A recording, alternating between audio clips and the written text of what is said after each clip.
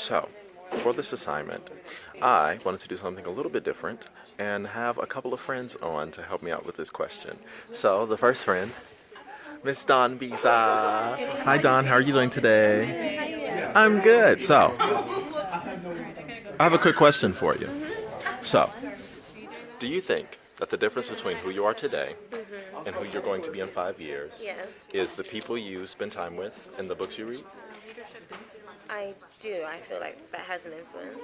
Okay. And what else do you think has an influence? I also feel as if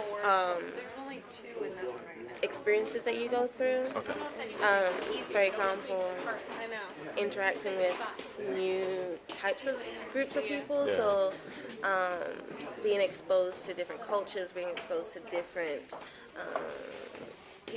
people who identify in a non-traditional societal kind of way. And then also I feel as if education in terms of discussions that get made and sort of challenges that are put forth that make you question your beliefs. Cool. Well, thank you very much, Don. Thank you very much, Don. Okay, so I found some more friends. Hi, friends. Wait, come in. Hi, friends. So, the question I'm going to ask you guys is do you think that the person you are today and the person you will be in 5 years is determined by the people you spend time with? Oh, of course. Yeah. I truly believe that you are the sum of the people. I truly believe that I heard this from our graduation speech is that you are the average of the 5 people that you hang out with. So I hang out with pretty diverse group of people, so I feel like I'm a pretty diverse person, individual, and well-rounded as well. Yeah. So that's fine. Oh yeah. And the people that you're around always push you to be the best person. Well, they should be the best person that you can be. So if you have people around you that don't push you to be that person, you're never gonna grow. Cool. I say yes because they kind of took both of what I had to say, and I agree with both of them because if you surround yourself with negative people, then you're gonna only do negative things. Very true. And so when you surround yourself with positive people, you're influenced to do better than you did yesterday. Oh yeah. Cool. It's that influence. Yeah. And do you guys think that there are any other things that influence that? I think your environment. I truly think your environment. I think who you surround yourself with, and also just life situations. I truly believe that life is unexpected. Nobody plans out life, so it just kind of hits you, and you have to sometimes make major changes. Okay. So. Just think about my answer for a second. I feel how you were raised and how you say when your mom tells you you have to do this and you can't do this, and you have to keep that in the back of your head whenever you want to do something. Oh yeah. Yeah. You guys just answered my question. Go back to me. Well, thank you guys. Thank you so much. Yay. It's always nice having friends answer these quick little nice questions. So thank you guys. No problem. So we're here with another friend. Hi, it's Rachel Bachiche. Hello. So Rachel, do you think that the person you are today and the person you'll be in 5 years is determined by the people you spend your time with or in the books you read? Yes and no. Okay. I mean, I don't think there's any one characteristic that defines a person. Yeah. But I do think, that yes, the people that you spend time with and talk to and influence, allow to influence you, or again, since I'm a librarian, the books you read, are important. True. And do you think that there are any other factors that factor into that are as equally or more important?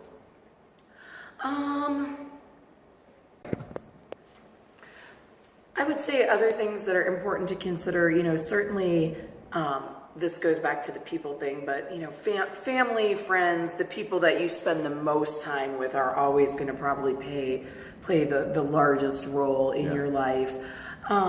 Also, we talked about reading books, but also, reading, whether it's news articles, Facebook, even things like Facebook or social media. Again, the people you sort of interact with, even if you don't know them, and spend time with them online, or again, the sort of political communities you engage with online, things like that. So I think those are important as well. Well, cool. Well, thank you very much. Thank you. So, after listening to a couple of people's responses to the question, I think my answer would probably be somewhat similar. So I think that a lot of the times the people that we spend the most time with do a little bit determine like who we're going to be. Just because those people, and I think Caleb said it best. He had heard someone say that you are a culmination of the 5 people you spend the most time with, and I think that answer to the question is probably the best answer there is, because while people do start to begin to shape you, because you start to take on a little bit of kind of like the characteristics and the different things that they do and the things that they find interesting. You start to like research and see like what about that you find interesting as well. But I also think that your environment shapes who you are. So if you're, for example, in an academic environment, as we have been for the past 4 years, it starts to shape you because studying is your life. And tests are your lives, is your life, and other things become your life. But once you get onto the real world, it's like, oh, well, now I have a life outside of just academics. So now it's, what am I going to fill that free time with, and how am I going to keep myself busy? And I think that's when some of those passions that we have when we were younger, in Mastery by Robert Greene, he talks a little bit about going back to those first instincts, and sometimes people being lost in life, but then finding what they really want to do in their lives because it's what they did when they were younger. And I think if we are able to listen to that voice and listen to those, people who are good influences on us, then I think that helps, and that we're able to shape ourselves into a good person that we really want to be.